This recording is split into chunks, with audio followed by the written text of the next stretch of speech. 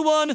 Welcome back to the channel! When we think of the fall of Rome, we often picture a sudden, dramatic collapse. Barbarians at the gates, the city burning, the end of an era and a flash of fire and steel. But what if I told you the story was far more complex, more drawn out, and filled with incredible tales of defiance? For nearly a century before the Western Roman Empire officially fell, a series of remarkable emperors, often overlooked by history, fought tooth and nail against overwhelming odds. They weren't just passively watching their world crumble. They were on the front lines, battling against barbarian invasions, economic collapse, and crippling internal betrayals. This is the story of Rome's last stand, a story of how its final emperors fought desperately against fate itself.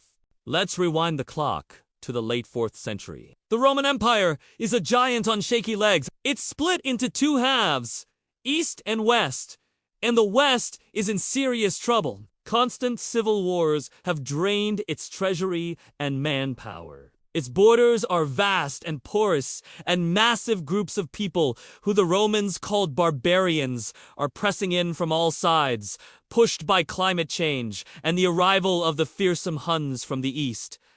This isn't a simple invasion. It's a migration crisis on an epic scale. The Goths, Vandals, Franks, they aren't just raiding. They're looking for new homes, for land and security within the empire's borders. The Roman system, once so effective at assimilating new peoples, is stretched to its breaking point. This is the world our first emperor, Majorian, inherits. Ascending to the throne in 457 AD, the Western Empire is a shadow of its former self.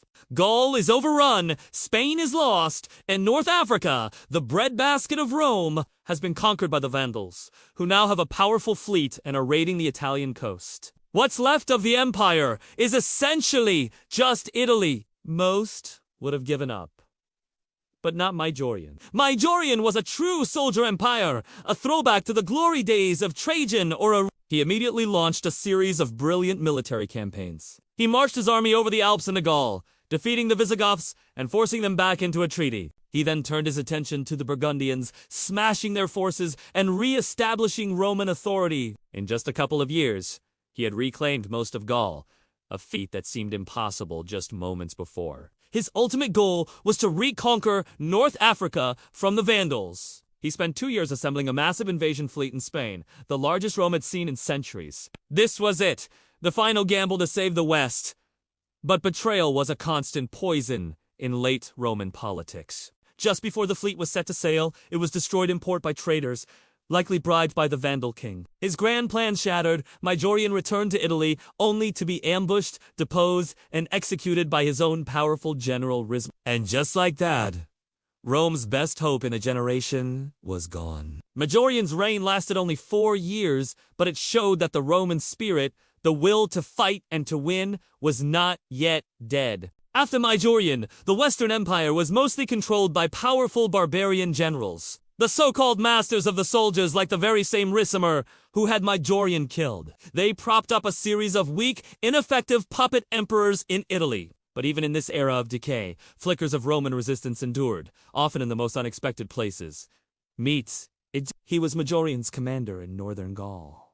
When Majorian was murdered, Aegidius refused to recognize the new puppet emperor in Rome. He essentially carved out his own Roman state in the middle of barbarian-held territory. For 10 years, from his capital in Soissons, he fought off the Visigoths and the Franks, holding a pocket of Roman civilization together through sheer force of will. This kingdom of Soissons, as it's now known, was a Roman rump state, a lonely outpost of the fallen empire. Aegidius, and later his son Syagrius, ruled as kings of the Romans, a strange hybrid title for a strange time. They held on for 30 years after the last emperor in Italy was deposed, a final defiant echo of Roman power in Gaul, until they were finally conquered by the rising Frankish king Clovis. Their story shows that even when the center collapsed, the idea of Rome was powerful enough to live on. While these dramas unfolded in the West, let's not forget the Eastern Roman Empire, based in the magnificent city of Constantinople. They were wealthier,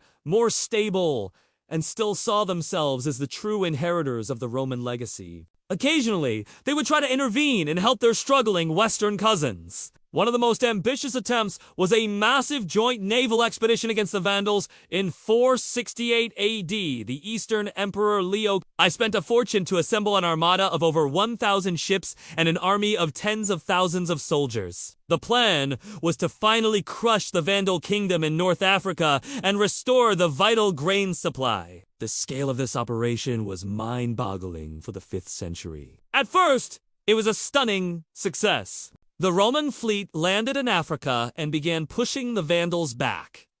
Victory seemed within reach, but the Vandal king Gazaric was a cunning strategist. He asked for a 5-day truce to negotiate a surrender. The Roman commander, Basiliscus, foolishly agreed. Under the cover of darkness, Gazaric launched a surprise attack, using fire ships to sow chaos and destruction throughout the densely packed Roman fleet. The result was a catastrophe. The Roman fleet was annihilated. The financial cost was devastating for the East, and it was the nail in the coffin for the West.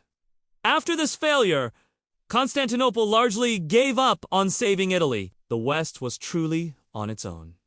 This brings us to 476 AD, the date everyone remembers. A barbarian general named Odoacer deposed the last Western Roman emperor, a young boy ironically named Romulus Augustulus, his name combining the founder of Rome and its first emperor. But Odoacer didn't declare himself emperor. Instead, he sent the imperial robes and diadem to the Eastern Emperor Zeno in Constantinople, saying, in effect, that one emperor was enough for the whole Roman world. This is often seen as the fall of Rome. But for the people living at the time, it probably didn't feel that way. An emperor had been deposed, but that had happened dozens of times before. A barbarian was ruling Italy, but that too was nothing new. Daily life for most people likely went on unchanged. The Roman Senate still met. The consuls were still appointed. The real end was a slow, fading process, not a single event. It was a story of economic decay, endless civil wars, and relentless external pressure. Yet, through it all, figures like Majorian and Aegidius remind us that Rome did not go quietly into the night. They fought. They resisted. They adapted. They raged against the dying of the light.